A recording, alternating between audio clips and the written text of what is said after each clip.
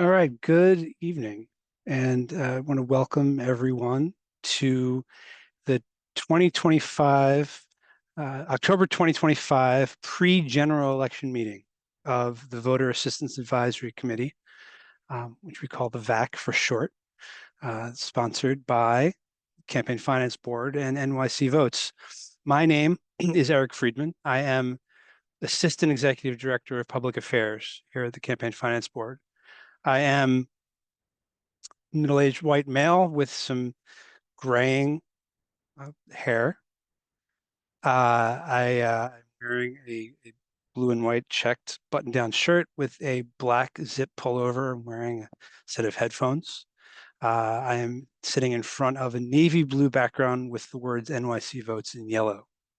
I'd like to remind folks as they get started, begin speaking to offer a similar physical description of themselves for accessibility purposes. I would like to start before kicking off the meeting with just a note, a reminder on what the VAC is for some folks who might be joining our meetings for the first time, or just a reminder for folks who are regulars and who joined us before. The Voter Assistance Advisory Committee, again, the VAC for short, advises the Campaign Finance Board, which is a city agency, on our voter engagement efforts and recommends changes to improve New York City elections. The committee, when it's fully constituted, meaning that there are no vacant seats, consists of 9 members, which are appointed by different members of city government.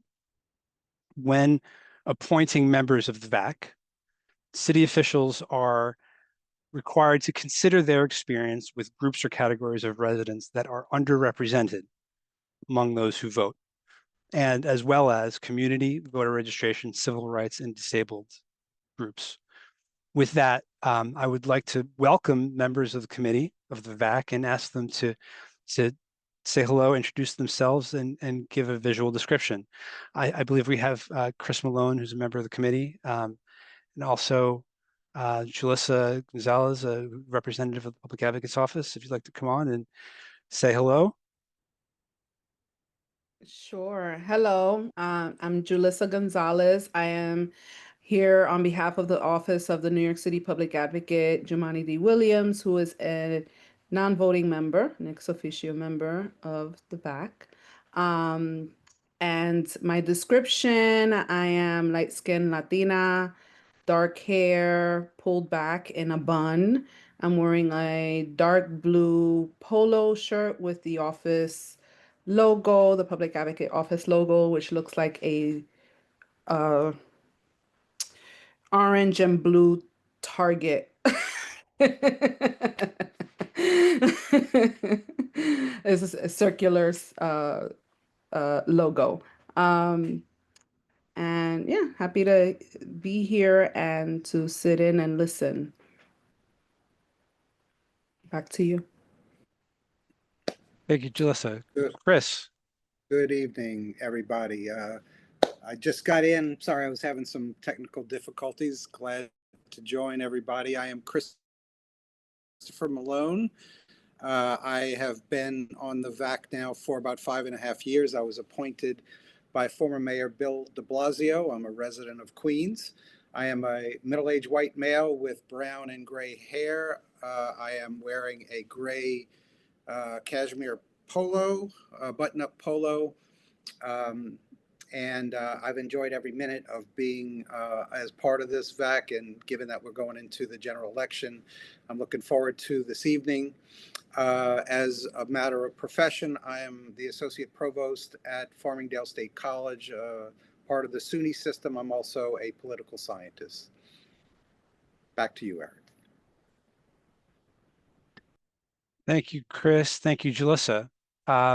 So I'd like to just briefly introduce tonight's conversation. We're going to focus tonight's meeting on the work of NYC Votes and our partner organizations to further language access and accessibility in our outreach to New York City voters. This includes translating voter education materials from English into many of the different languages spoken by New Yorkers across the city. producing new materials and videos in those languages, and writing op-ed articles in those languages. We have a lot of great partners in this work, including our friends at the Board of Elections, Civic Engagement Commission, many of our organizational partners who we are working closely with in these weeks leading up to the general election. But tonight, we're focused on the language access work carried by our staff here through NYC Votes in these last couple of weeks, again, leading up to New York City's general election, November 4th. In just a few weeks, New Yorkers are going to be voting for candidates to represent them as mayor, controller, public advocate, borough president, and city council members.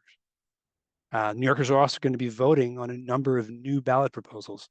So make sure you take a look at both sides of your ballot before you submit it in case there are more points to vote on. For more information on the candidates, on the proposals that'll be in front of voters on the ballot, please go to the NYC Votes website, nycvotes.org. We're going to put the address in the chat for you to make sure that that's accessible to you, all of you who are joining tonight's meeting. Also going to make a quick plug for our mayoral debates. Coming up tomorrow, October 16th, will be the first of 2 CFB-sponsored mayoral debates. So tune in to either WNBC, Channel 4, for most of you on TV, or to the WNBC YouTube channel to watch it live. It will also be available on YouTube for everyone after the live taping. So as we get into tonight's presentation, please feel free to put any questions you have for our presenters in the Q&A at the bottom of your Zoom screen. We'll be sure to get to those at the end of the presentation and address them with our panelists. I'm really looking forward to the presentation that they're going to have for everyone tonight. I'm going to hand it over to kick it off to our Associate Director of Language Access, Santiago Torres. Santiago, will you kick us off? Hey, thank you, Eric. I'm very excited to be here. As mentioned, my name is Santiago Torres. I'm the Associate Director of Language Access here at the NYC Campaign Finance Board. I am a Hispanic male in his early 40s. I have dark frame glasses, beard, and I'm wearing a black shirt. And I'm sitting in front of a background with the NYC Votes logo. And I think we can get started. Can we share the screen, please?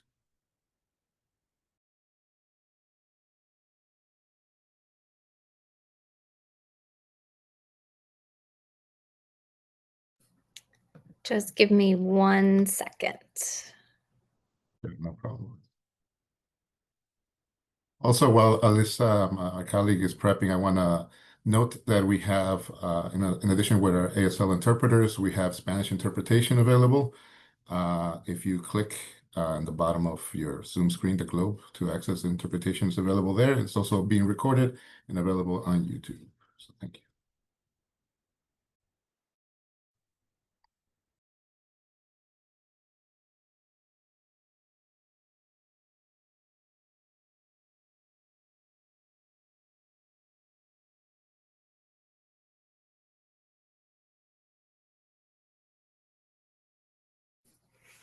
Of course, it worked literally a minute ago, and now it doesn't want to. Alyssa, I can go ahead and try to share my screen. Yeah, it's only showing tabs and not my desktop, if you can give that a go. Let me try it out.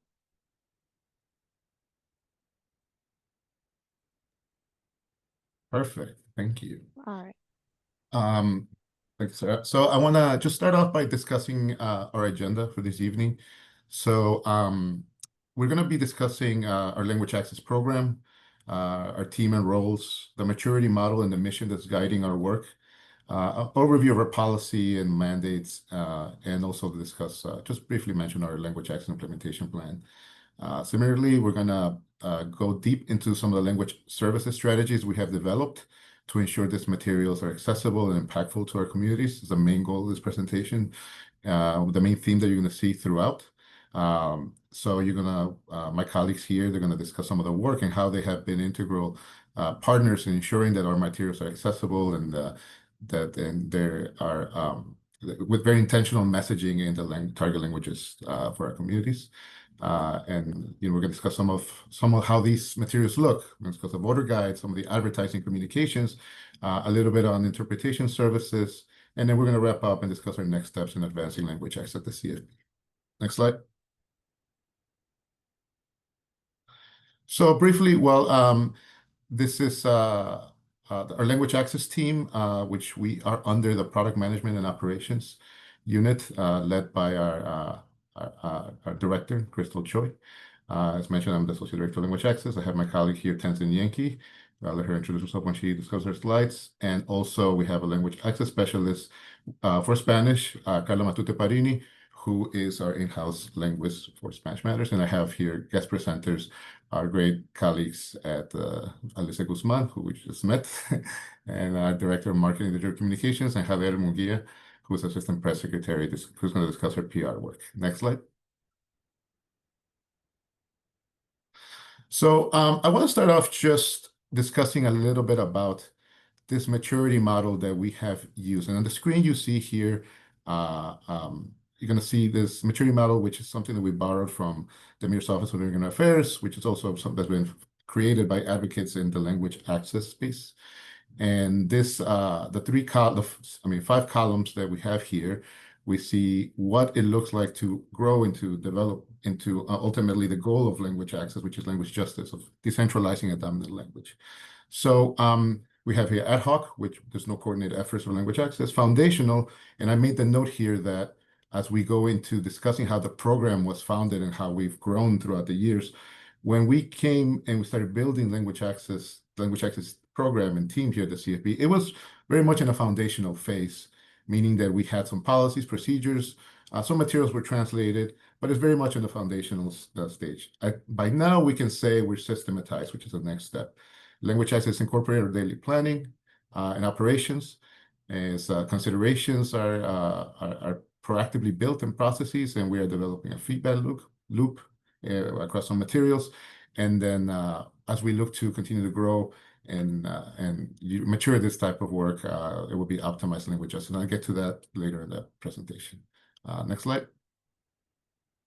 So back in 2023, a few of us, we were discussing where do we want to see language access here at the CFP.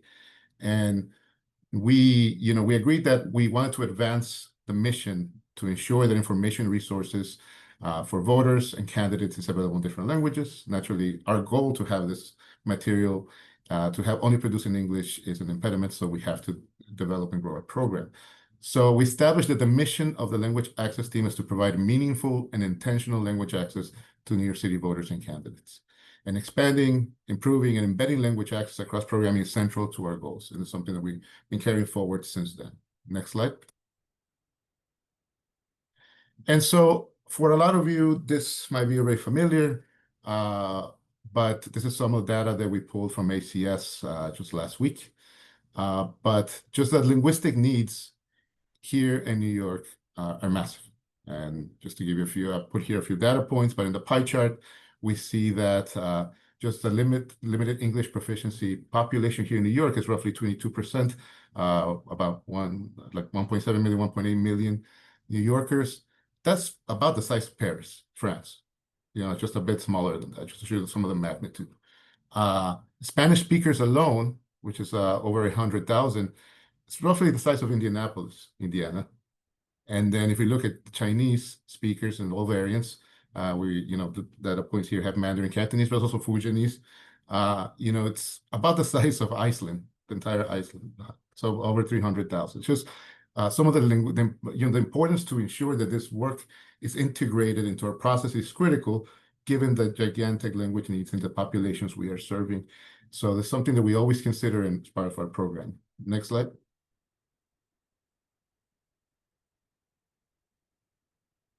So as mentioned, during the foundational phase here of language access programming at the CFP, we had materials translated into the 4 Board of Election languages, which included the voter guides and so forth. But by then we expanded to ensure that the Voter Rights Act and Local Law 48 expanded our mandate into 13 languages that many of you are already familiar with. and not only expanded the number of languages, but the format of some mandated documents like the voter guide, which need to be online, print, and video, which we post the candidate statements here on YouTube. And so in order to just continue guiding the work and moving forward, we decided to develop a language access implementation plan, also known as a LAIP, to ensure that we had a roadmap guiding our language access strategic goals. And at the time when we started drafting this, it wasn't clear whether we were fully covered by Local Law 30 of 2017. Some of you here in this meeting will know, but it's one of the strongest local laws and language access in the country, and where there's 10 designated languages, 11 with all variants of Chinese. Most necessary materials need to be translated into some languages for city agencies, those who provide information to the public. And we received notification that we were covered by the law 2024, but we already started working on the LAIP, and it's published on our website. I'm sure we can share the link too. Some of you have already looked at it, but it's a 3-year language access implementation plan. In fact, we just submitted the first year language access report to City Council this year, so that should be published soon, which will also be shared with our partners. Next slide.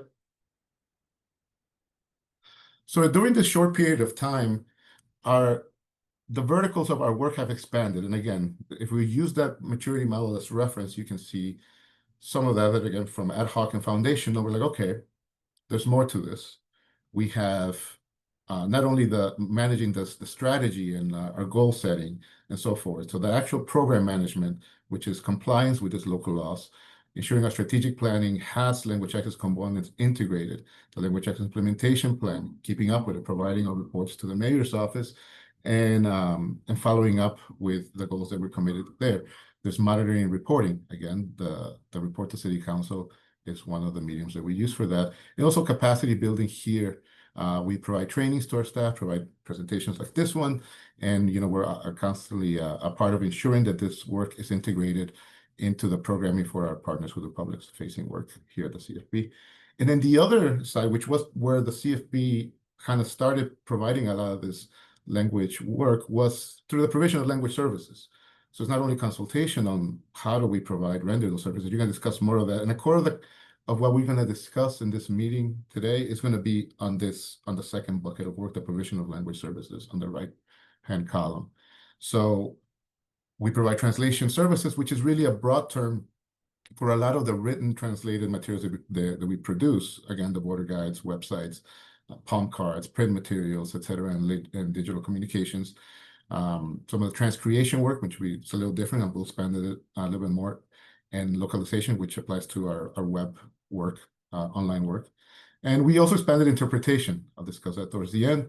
American Sign Language, and we procured telephonic interpretation this year. Next slide.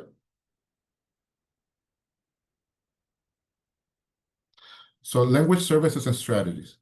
Next slide. Just for reference, I'm not going to go over this, read all of these definitions out, but just some key terms to know.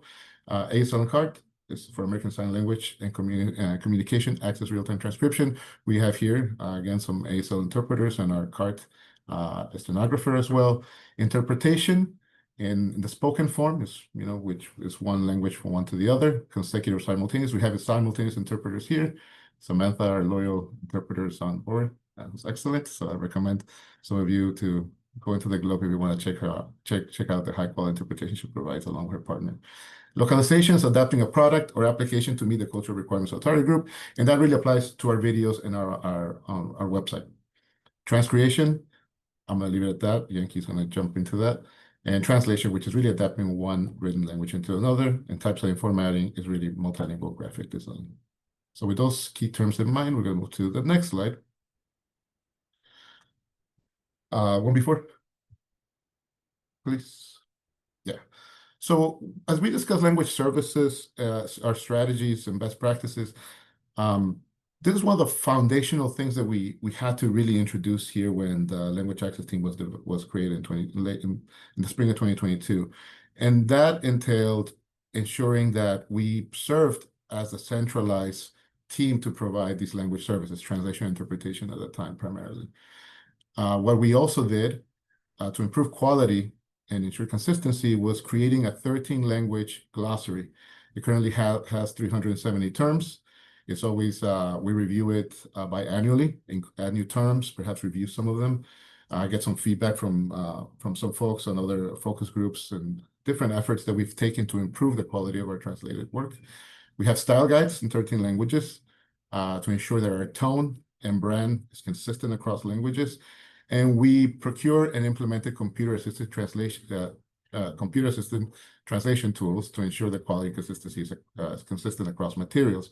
And these tools, I'm not going to go too much into it, but it's a translation management system that leverages all of our tools, all of our linguistic resources, the glossaries and style guides, and provides an environment for linguists to have that information and translate in context accurately and consistently. Now, this does not mean that we use Google Translate or AI generated translations. We do not use them. We rely on human linguists for our translator work. Similarly, as mentioned, we have an in-house Spanish linguist who completes a vast majority of our in-house Spanish translations, and we have vendors for the remaining languages. Just as I was preparing for this presentation, I was looking at some data points, and just to give you an idea, that during the first 2 years here at the CFB, we had translated about 3 million words into the 13 languages. Just this year, we're up to about 7 million words in the 13 languages. So about 4 million words just in 2025, we have generated translations into the target languages, which is an impressive amount. And then we have processed over 450 requests. And the materials, the amount of materials and that we produce, we're going to discuss shortly. Next slide.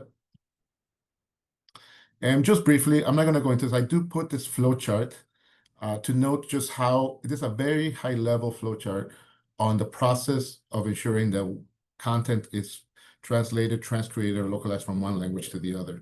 So here you see approximately, depending on the flow, between 8, 9, 10 steps. And what I do, when I put this in, one of the reasons I put this in the presentations is to highlight that translation and multilingual adaptation is a convoluted process. For each subsection of work, there's other subsections of subtasks aligned to it. To give you an idea of just how many folks work, say, on like the voter guide, which again, translated in 13 languages, between translators, editors, quality assurance managers, project managers, and so forth, we have roughly 50 or so language professionals working to get these materials in different languages. So we have to budget time, of course, resources. We have advice on how how the content is drafted to ensure it's translation friendly, and it makes the process seamless as much as it can for something of behemoth project like that. Next slide. And with that in mind, I do want to mention this, that the print voter guide has been completed. Naturally, some of you have received it. The 5 editions, one for each borough, with a total of 60 editions with English and Spanish and simplified Chinese combined. There's 4.5, I just received this data yesterday, million editions have been mailed to date, 52,000 are for bulk distribution. All other languages, 300,000 are mailed to date, and 43,000 for bulk distribution. For the candidate video statements, 96 of 134 candidates filmed video statements. 53 were reused from the last primary elections, which made our work a little easier. 4 candidates on the ballot for district attorney were not required to film video statements, but they are included in the online guide for candidate profiles. And then for the online voter guide, which is currently in production, I'll discuss briefly. The SIG ballot proposals are there, the summaries, pro-con statements, and so forth. And that website is being shared broadly as we speak. Next slide. And then just for, I want to make 2 notes about the website. The New York NYC Votes website, when we were mandated to localize into 13 languages, it involved quite a bit of work. We had to onboard, contract and onboard tech partners, work with our translation vendor, work with our IT teams, internal, and also other partners that we work to ensure that the website is designed properly. And that took some time, but our website translation tool, SmartLink, it creates an environment that is integrated into our English content management system for human language to translate in context. So everything that I mentioned about linguistic resources, again, glossaries, style guides, and so forth, are stored in a cloud, and linguists can go on and translate in context using these resources to ensure everything's consistent and accurate.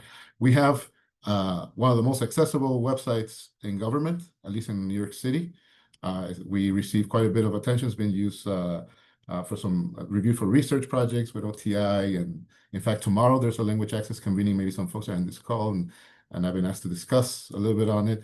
But most importantly, it serves a really good purpose. Those materials are available for members of the public in 13 languages, and it's consistent with the print materials. And you know, some of the benefits of this tool is that it ensures that a lot of the language-specific conventions, say for Arabic and Urdu, right to left, they're mirrored, and everything that is properly presented to individuals who speak those languages. And then another thing that is critical, it improves our time to market. So to give you an example, we launched the English site because the content is integrated already with a lot of our translation work that has been stored in the cloud. About 50% of this voter guide was automatically generated by the system, which was already translated by linguists. Right now, the linguists are reviewing it, and this should be ready in the next coming days. Next slide.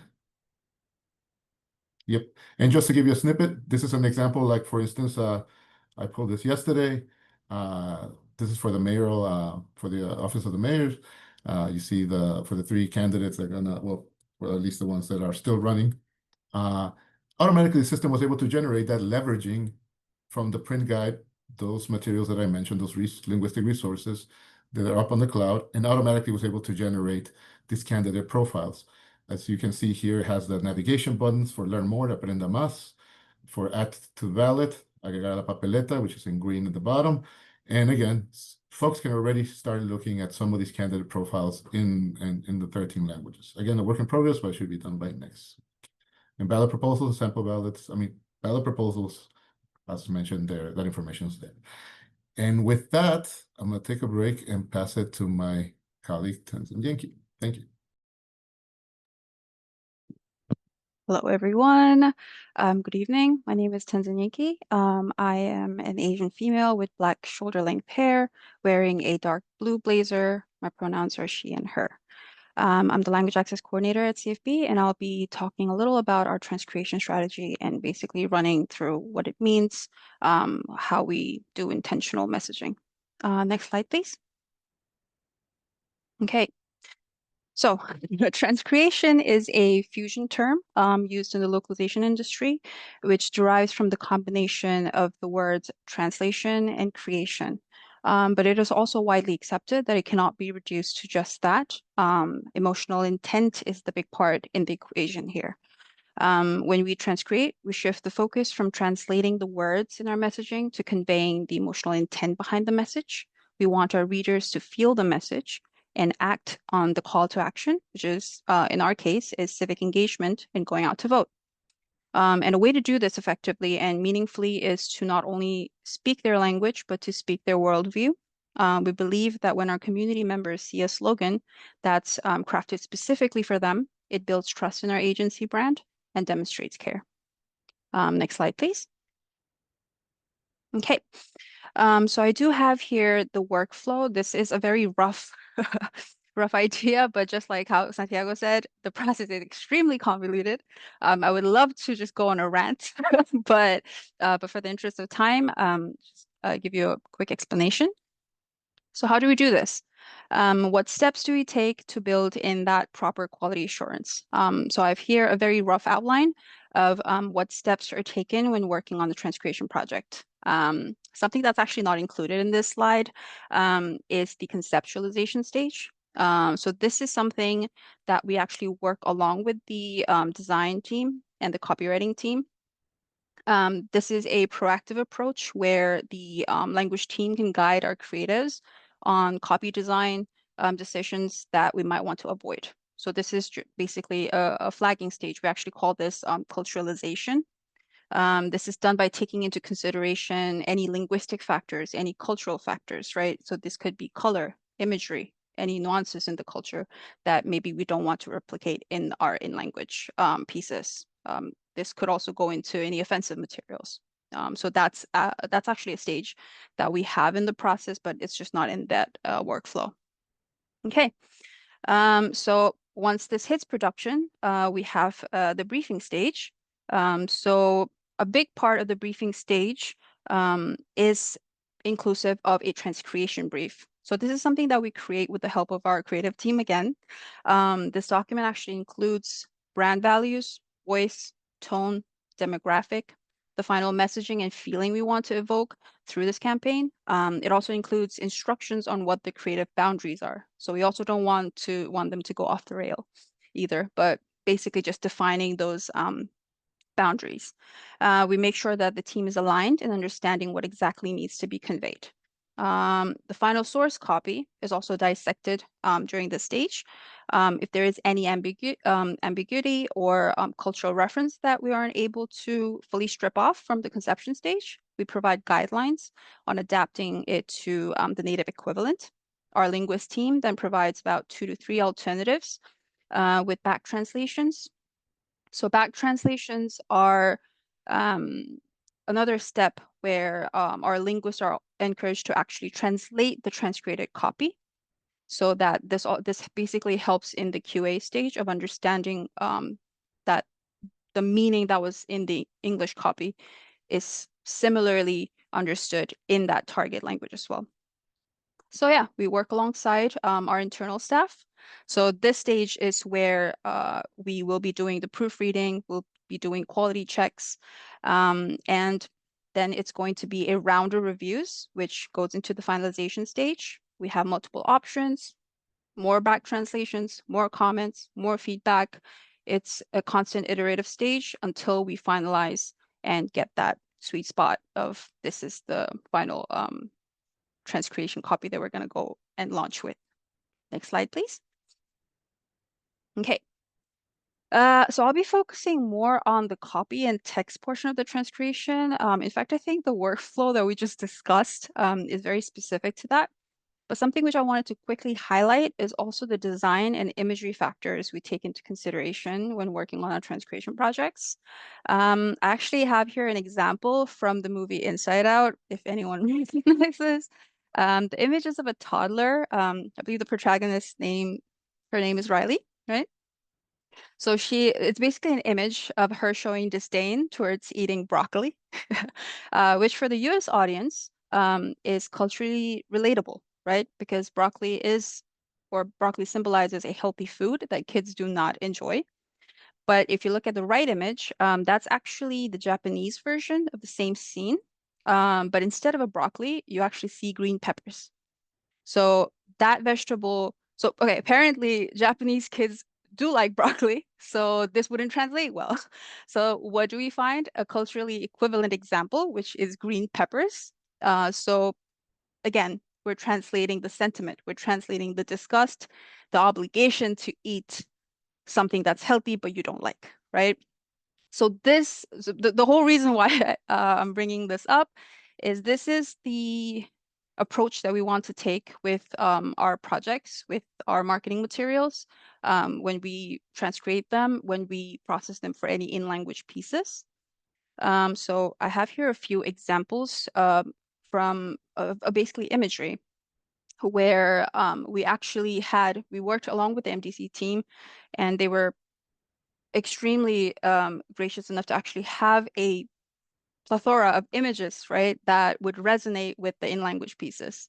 So that is one example. If we can go into the next slide, please. Okay, so basically the gist of it is that we do take into consideration the layout, the imagery into factor when we also work on the transcreation pieces. On this slide, I wanted to focus a little more on how we do this copy-wise. So to the left, you'll see 2 classic examples of when the intention and careful deliberation is put into in-language marketing copy versus when it isn't, right? So I'll start with a bad one. I hope you guys recognize the bad one. What you'll see is KFC's slogan extremely badly translated into Chinese. So this was when they were trying to expand into the Chinese market in the 1980s. And the English slogan for KFC is finger licking good. but they just decided to go ahead and process it as eat your fingers off. Hilarious mistake, was a sensation, but again, shows you what not to do. On the other hand, we have McDonald's with their widely successful campaign in the early 2000s, where the slogan "I'm loving it" was transcreated to suit the sentiments of each of their target countries. English being more colloquial, the Brazilian Portuguese version you see, which is in the middle, being more expressive, and the German version, which is more direct. Again, working and thinking about the communication styles, how information is processed in each language in each community. Another example that's actually not in here is the Spanish slogan as well. So the word love in Spanish is actually associated more strongly with romantic love, which is why in the McDonald's campaign, they decided to transcreate it. And actually, so basically the back translation is closer to I really like it or enjoy it. So this is something that we take into consideration. So the reason I bring this up is because, again, Language Access team, our team strives towards this ideal. And some of the instances where we've actually made this attempt is the latest slogan for Vote for Your Block. So if you can look at the right screenshots, these are actually screenshots from our GeoTV video campaign. So basically, it's the end credits. And this is also a slogan that we repeatedly used in all our assets. The copy that we had decided on English was Vote for Your Block.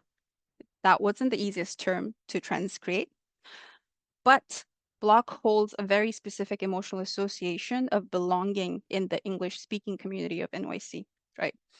And as such, fully excluding the term from the English copy wasn't a solution. So how do you resolve that? How do we resolve that? We thought about this internally. We looked into core messaging and emotion we wanted to invoke.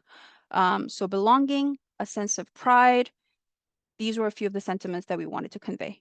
So as such, you'll see in the examples to the right.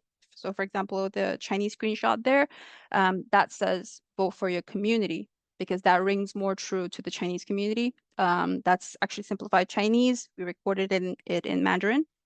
And the Spanish one below you see uses neighborhood instead of block. But again, trying to make sure that we hit them with the impact of the emotional impact that we actually want to invoke. Next slide, please.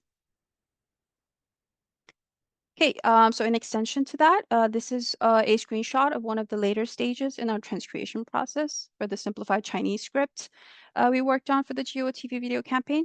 I think this captures a snapshot of the different factors we apply in the work. The leftmost column, if you see, is the original English script copy. The one next to it is also an English script, but it's customized with the target audience in mind.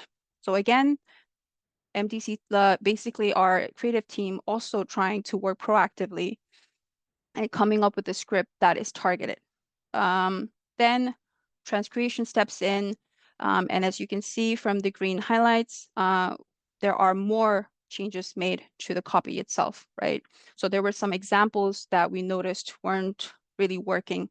Lending your umbrella was a flag that we actually got back. So we decided to go ahead with something that rings more true. So helping them how to use their mobile phones at community center. This was something that would relate more to the Chinese community. So this was, yeah, so these are little edits that we've made. And again, re-emphasizing that the need to speak their worldview is more important than the need to speak their language. Okay, if we can move on to the next slide. Okay, but everything we discussed above wouldn't be feasible without a strong team that consciously acts towards our mission. And to show why just to show you why we need this large team, why we actually need this huge village, I've actually included here one of my favorite descriptions of what an ideal transcreator is. This is actually from one of the fellow language professionals we have who works in the transcreation business. I've just paraphrased it a little bit, so if you can allow me to read it out. So an ideal transcreator happens to have worked as a copywriter and marketer in their native country, okay?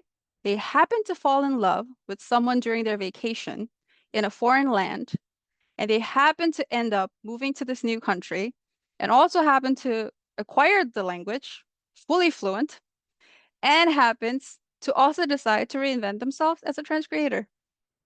So yeah, to my ears, this is a unicorn. Very difficult to exist. There might be exceptions, but extremely difficult. And this is precisely why we need and work with a full transcreation team to achieve what we've set out for.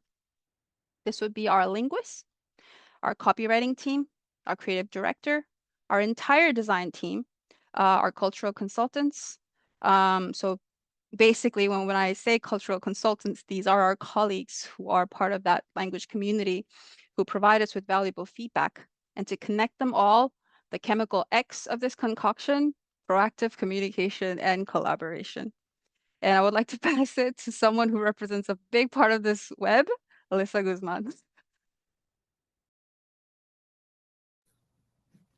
Thank you so much. Hello, everyone. Good evening. My name is Alyssa Guzman. I am a Latina woman in her 40s. I go by she, her pronouns. I am wearing a white blazer and I have long brownish hair and glasses.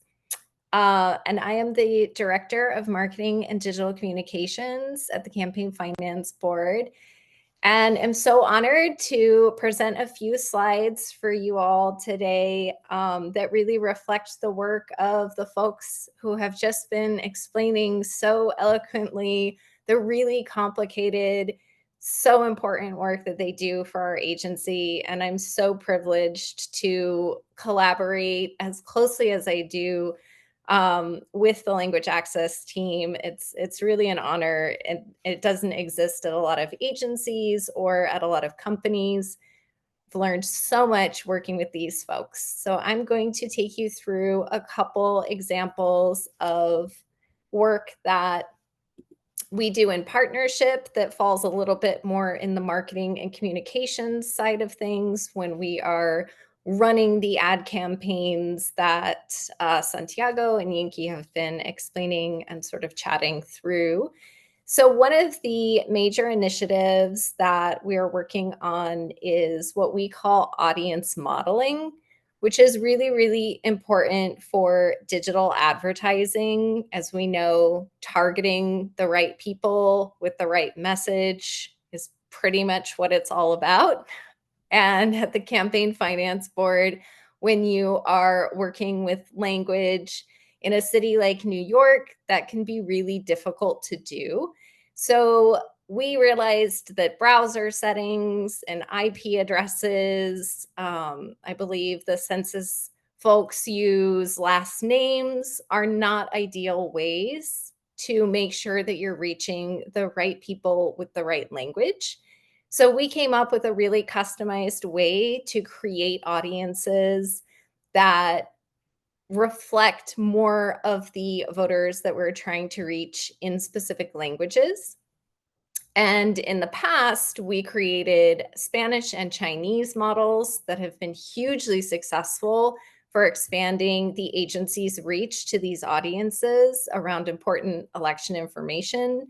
And this year, we're really excited to be adding a few more languages to our custom model, which is Korean, Bangla, and Russian, large populations in the city. So we're trying to go for reach, of course, and then work our way outward to all of the 13 languages that we're mandated to cover at the agency. And as you can see from the data, we see a 300% plus lift in all of our advertising using these modeled audiences. So we really did feel like it was time to add some more languages into the model. And so we're working on that in this election cycle. Next slide, please. And this is just a really simplified way of thinking about it. So you have your initial audience that's based on browsers, based on IPs, based on names. And then we work with different survey models to really create lookalike audiences that distill down into better targeting. So then we end up with our optimized audiences. It's a lot more complicated than that, but I'm going to leave it there. Next slide, please. And then just going into some of our highlights, I'm not going to go through all of the different placements, just a few that are new for the agency and that we're really proud of and that revolve around the work of the language access team. So community first placements is of huge importance for us. It's been really successful in getting the message of the agency out. And this year we experimented with a few new placements. The first one being laundromat takeovers. We considered subway dominations, but we went with this instead because it allowed us to target really frequented places in our priority neighborhoods. So mainly targeting Brooklyn, Queens, and the Bronx. You can see a few examples here.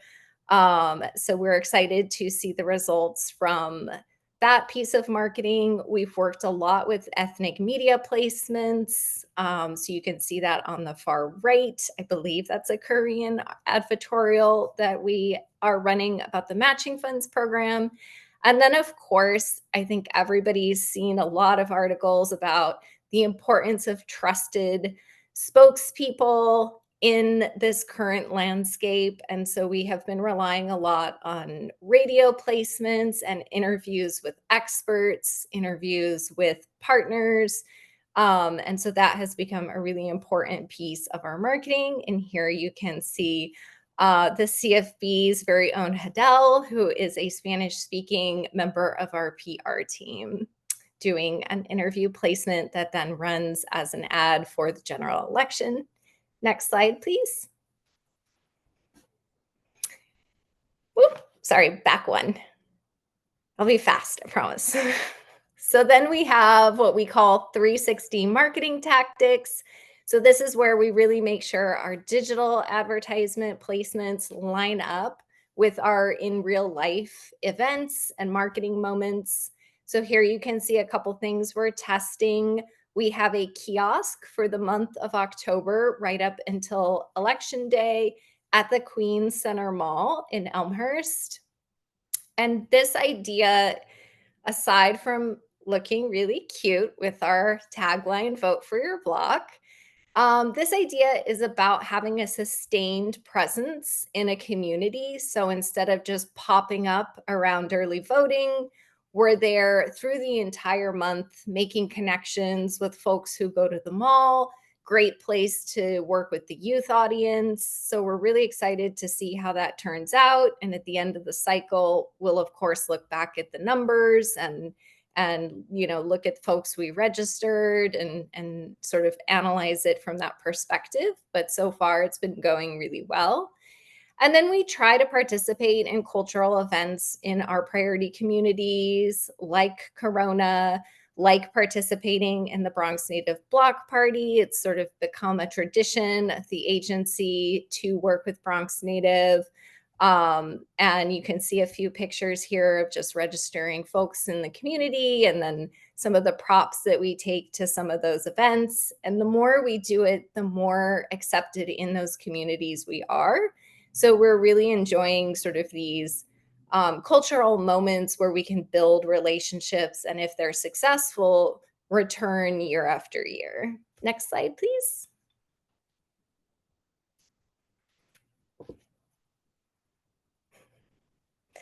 Amazing.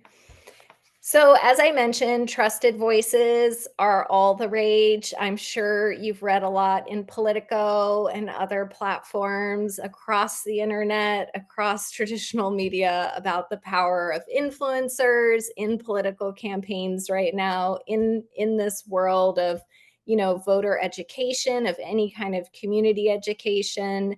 So we have been working with different influencer partners who represent really specific neighborhoods in New York City, speak to really specific audiences.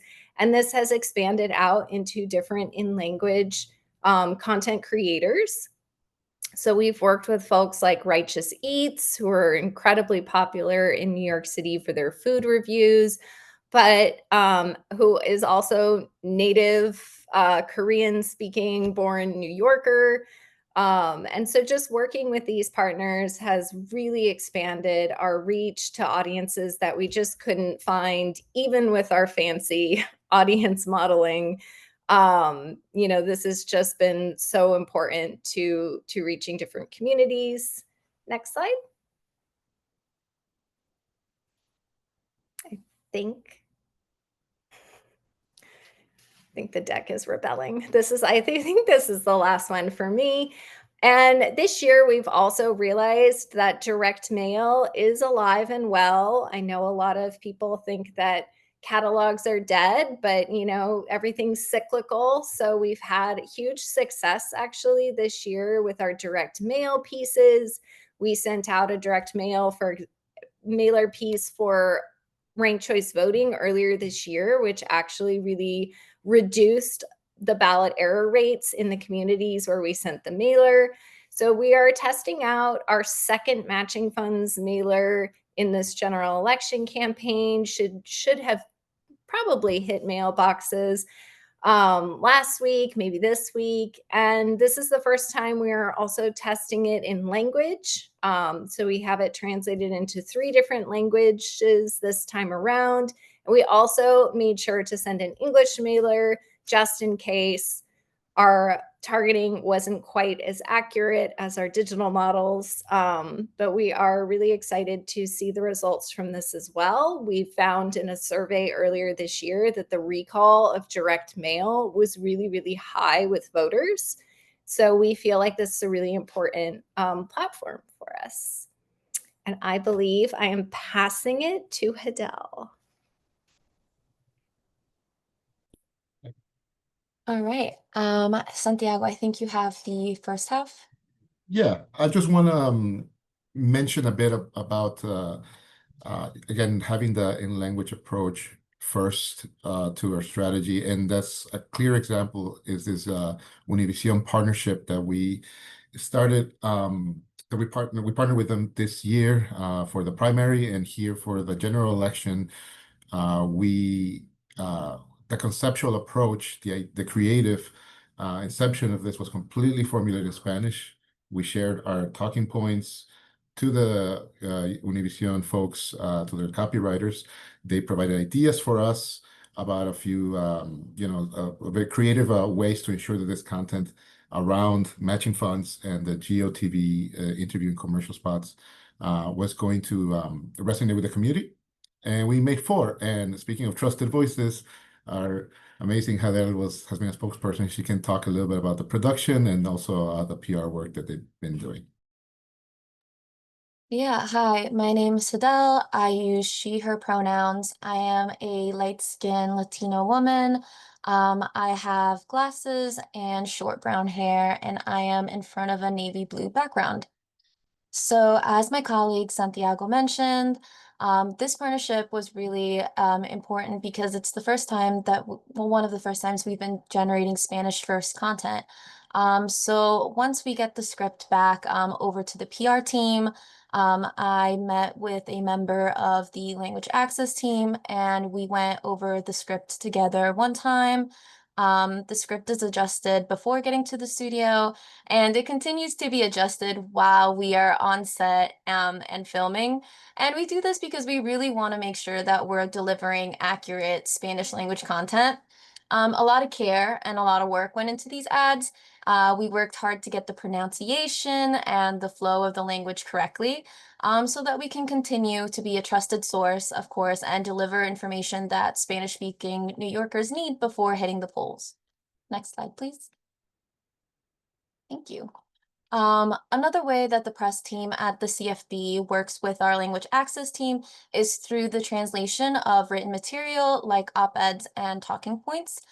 So if you look below, you see one of our op-eds that we published on El Diario, and we ended up publishing a Spanish language version and an English language version. So the press team here really works to promote voter engagement in both local and city elections, especially among priority communities, through partnerships with local community ethnic media like El Diario. So this past June, ahead of the primary election, we published the Spanish language op-ed highlighting the work that NYC Votes is doing to reach Spanish-speaking communities and encourage civic participation. The piece emphasized how New Yorkers can really rely on us as a trusted source for all voting information, while also sharing key voter election dates and information. Now, ahead of this November election, we're continuing this effort and working to place 3 more in-language op-eds. And these 3 op-eds, it's really notable because they're written in partnership with some of our community partners. So through these op-eds, we aim to highlight the benefits of our matching funds program and really highlight our ongoing work to reach communities that speak a language other than English. That's it for me, and I'll kick it back to my colleague. Thank you. I know we're almost at time, so a lot of good information here. But just quickly for the next slide, please. So I know we discussed this written materials and audio visuals, but I also want to mention that we also did expand our interpretation services this year. Some 2 key factors or services that we have been using recently is telephonic interpretation, primarily for front desk staff. So that service already in use. It's part of the local law, Local Law 30. It is mandated, and we're in full compliance now.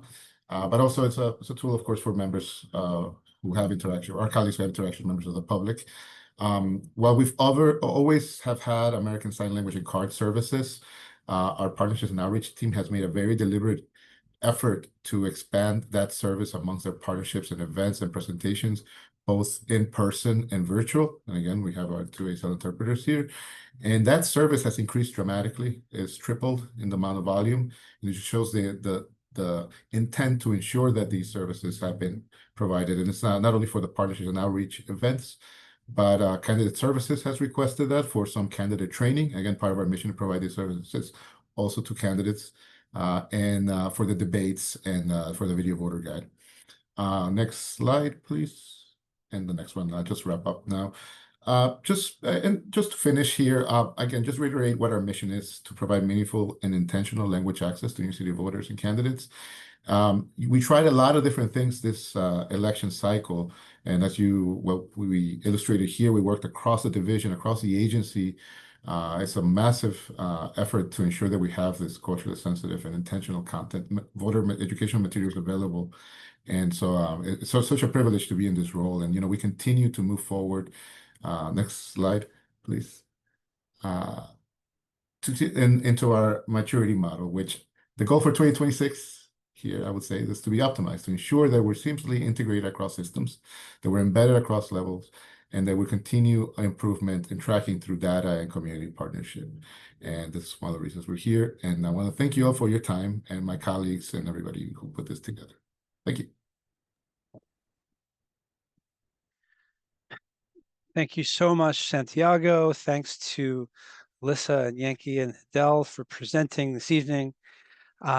Just really appreciate the time put into, really presenting and sharing on the best practices we're really putting into practice here through our NYC Votes work in preparation for this year's election and beyond. We have a few minutes. I want to open up the floor if we have any questions from members of the VAC who are with us. Also, for anyone who is here with us, please feel free to use the Q&A function on your Zoom screen. If you have questions for staff, for our panelists tonight, and we have some time here to discuss before we close. Eric, I do have 1 or 2 questions. First of all, it's extraordinary work. So congratulations on that, on the effort. And maybe you don't know the answer to this, and maybe it's not appropriate for this, but when the law expanded the mandate to 13 languages, I imagine that the budget for this had to expand as well. And so my first question is, can you share the budget that you have to do this? Because it just seems like not salaries, but it just seems like it costs a lot to do this. Or if you want to just share how much you asked for and didn't get from the city, because it just seems like there's just an enormous amount of, you talked about resources, and financial is clearly some of this, Santiago. So that's my first question. Then I have a follow-up that will be brief, I assure you. I'll defer to Eric. I mean, I was going to ask if you wanted to take a first pass at this, in terms of the detail, Santiago. I will say, just Chris, your question, one of the privileges that we have at the Campaign Finance Board is control over the amount of resources available to us through the city charter. Our budget process does ensure that our budget request is included in the mayor's executive budget. So, we are in a position where, when we have a mandate that is given to us, a mandate that we're fully in support of, the resources are available to us to be able to execute on it. But Santiago, if you want to talk a little bit more details about the areas specific to Chris's question. Yeah, I could discuss on the language services side. When I started, which is in 2022, the budget allocated for just translation services, which is an umbrella term for a lot of the services you see here, was about $5 million for 5 years, really. And they were awarded to one of our vendors. Now, I want to mention that we have been, given that some of the technologies that I mentioned here, we get to leverage a lot of our translation work. So we haven't spent that amount of money. It's actually translation services, and Yankee, because she knows quite a bit about this, coming straight from that sector, coming into public service. It's not very lucrative. So to get this amount of work done, say we're spending less than $1 million a year on translation services. So we haven't hit the cap and haven't had any budgetary issues. That's just on our translation language services side. For ads and other, because there's a lot more, that's things a bit out of my knowledge. Mm-hmm. I can speak to that. I mean, I'm not going to give specific numbers, just, defer to Eric on that one. But I can speak to the sort of percentages that we always try to hit when we are running a campaign. And then just thinking about the campaigns that we run that are specifically for in-language audiences only. For example, the matching funds campaign that we're currently running for the general election is in language only. So the entirety of that spend is going to different languages across a lot of different channels. Obviously, some cost much more than others. But that is something that we always, take into consideration when we're planning out the campaign. And a very large percentage of our spend does go toward in language partnerships and placements, and we treat it, as we would our English first campaign. So that's just something that is really important to us, and I do think has evolved in the last few years with the agency and with that expansion of the languages.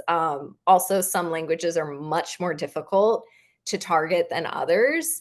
And so not necessarily requiring, sometimes you run into the challenge where budget isn't the problem. It's actually finding channels to reach the folks in their preferred language versus like, oh, we don't have enough money for, to reach this audience. So there is a lot of budgetary nuance that goes into our campaign planning. I know that's not exactly what you asked, but just to give a little insight into our thinking. That's interesting. That money is important, but not everything, and that is part of my question. My second question, Eric, if you don't mind, maybe this isn't easy either, but the return on investment, and again, this is it's a public agency, and the public wants to know, how do you know when you're successful? a voter registration drive knows it's successful when X number of people register to vote, or voter turnout models. Santiago, you talked about optimization in that mission, you know, in the context. How do you know when you're successful? Because the materials are beautiful, the work is clear that you put into it. At the end of the day, at the end of a campaign, what's the return on investment for the public, and how do you know you've met your mark? Because you don't measure it by the number of people who voted, perhaps. I'm not sure. There's a No, question. well, so I mean, I can talk Yeah. in kind of a broad, you know, in a broad way to part of your question, and we'll invite Santiago or Alyssa to kind of jump in if you have anything additional to say.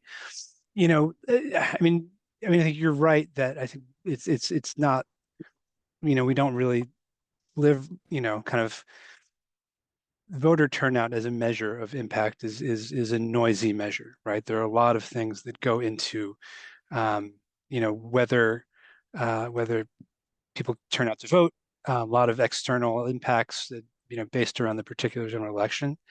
You know, as we conduct our work, you know, and under the, you know, our agency's strategic plan, you know, there are a couple of North Stars that we are starting to use as indications of whether and how we're making an impact, right? You know, are New Yorkers, our voters finding our materials helpful, clear, and accessible?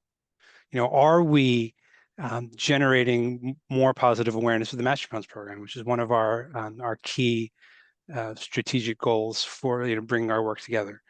And so, you know, part of the work that we will have to do going into next year as we start to look back on this year's election is asking those questions and doing the research to figure out if we have indeed been successful. You know, I know Alyssa can talk, you know, probably in more detail about the testing we are doing kind of in real time on some of these questions. But I think you're right to note that voter turnout writ large is a complex measure, and maybe not really where we, you know, kind of rise and fall. Mm-hmm. Okay, thank you. I'm happy to speak a little bit more about that because, you know, I mean, I could talk about that all day. In marketing, you have so many metrics to choose from. You know, I can think of so many off the top of my head. There's the really standard metrics that you look at, like impressions and click-through rates and brand awareness percentages. And, you know, there's so many when you're doing specifically digital advertising, because creepily enough, we can track so much information about how folks are interacting. We can look at number of, you know, searches in Google. We can look at number of visits to our web page. We can look at audience growth across our channels.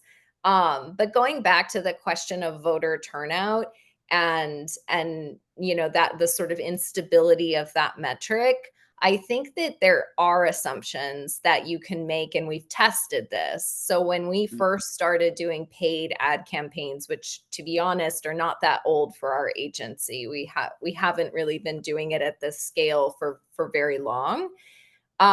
We did a test in the beginning, in that first year or so of the campaign, where we had control groups and test groups, and we were looking at how many times folks would need to see our message for it to actually have an implication of action. And we have the voter file. We can match, you know, if we create the testing structure, we can match behaviors. I mean, you still can't say definitively that because this person saw our ad X number of times they went to vote, but we did see that people who saw our ads between 5 and 7 times a week were much more likely to vote. And so there was a correlation that we could make statistically with looking at some of that data. And I think that there's, you know, other metrics like that that we can look at that we use as internal benchmarks for success. So if we're able to get our ads, and again, this doesn't always have to do with money. It has to do with intent of the search, of the placement. So you can spend millions on Meta and someone can see your ad once every 10 days. Doesn't matter the spend. There's no guarantee of them seeing it.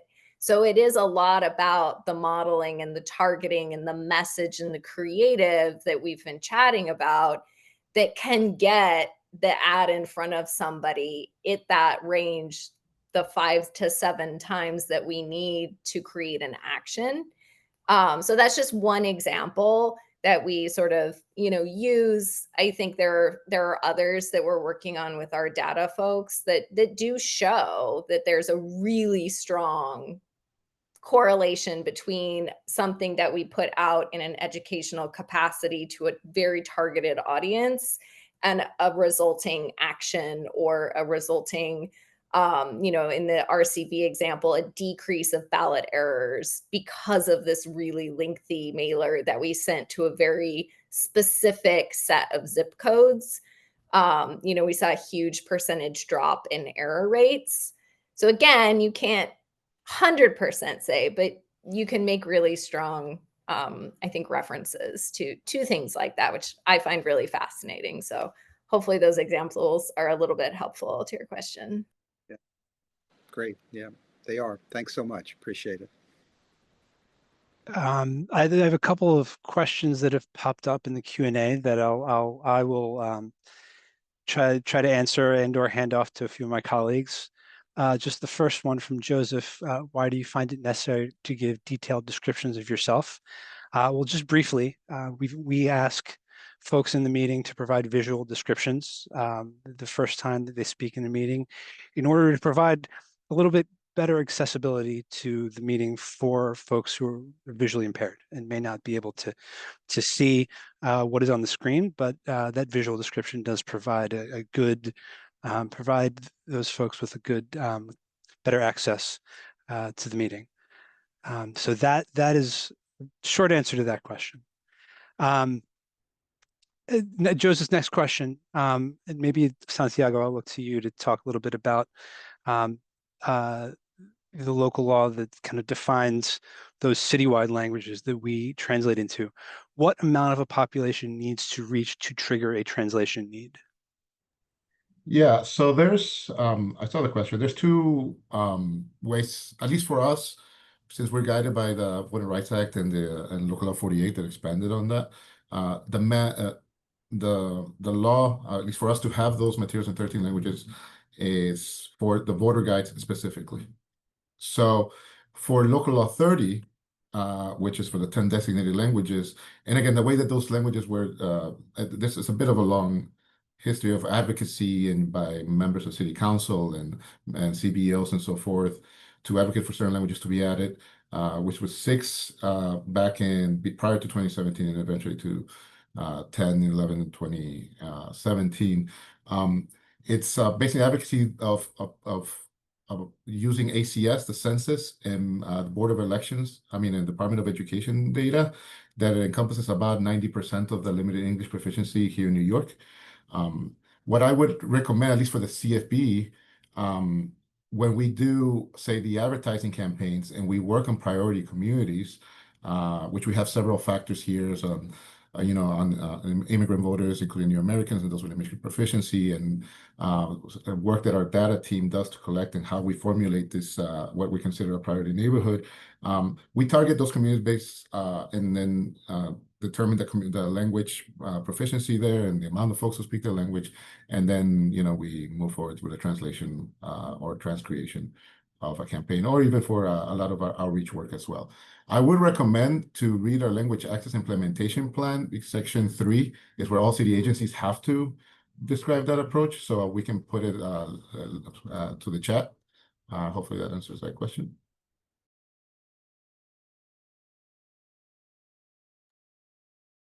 All right.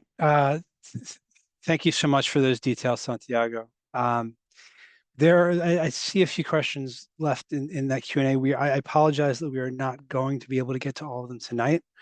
However, I do want to, if folks have additional questions for us, please feel free to reach out if you have further questions to via email at press@nyccfb.info. Again, that's press@nyccfb.info. If we don't have any further questions, Chris, or for members of the committee, I want to just close by thanking our speakers again for really the presentation on all the amazing work we've been doing to build this best-in-class language access program here at NYC Votes. I want to thank members of the VAC for being with us tonight, and I want to thank everybody who's come to join tonight's meeting. One last reminder, please do not forget to tune in to tomorrow night's mayoral debate on WNYC and Telemundo. Don't want to leave them out. That's tomorrow night, 7 p.m. On WNBC and Telemundo. Again, any additional questions, please forward them to press@nyccfb.info. And with that, I want to wish everyone a great evening. Thank you, everyone. Good night. Thank you all. Great job. Good evening.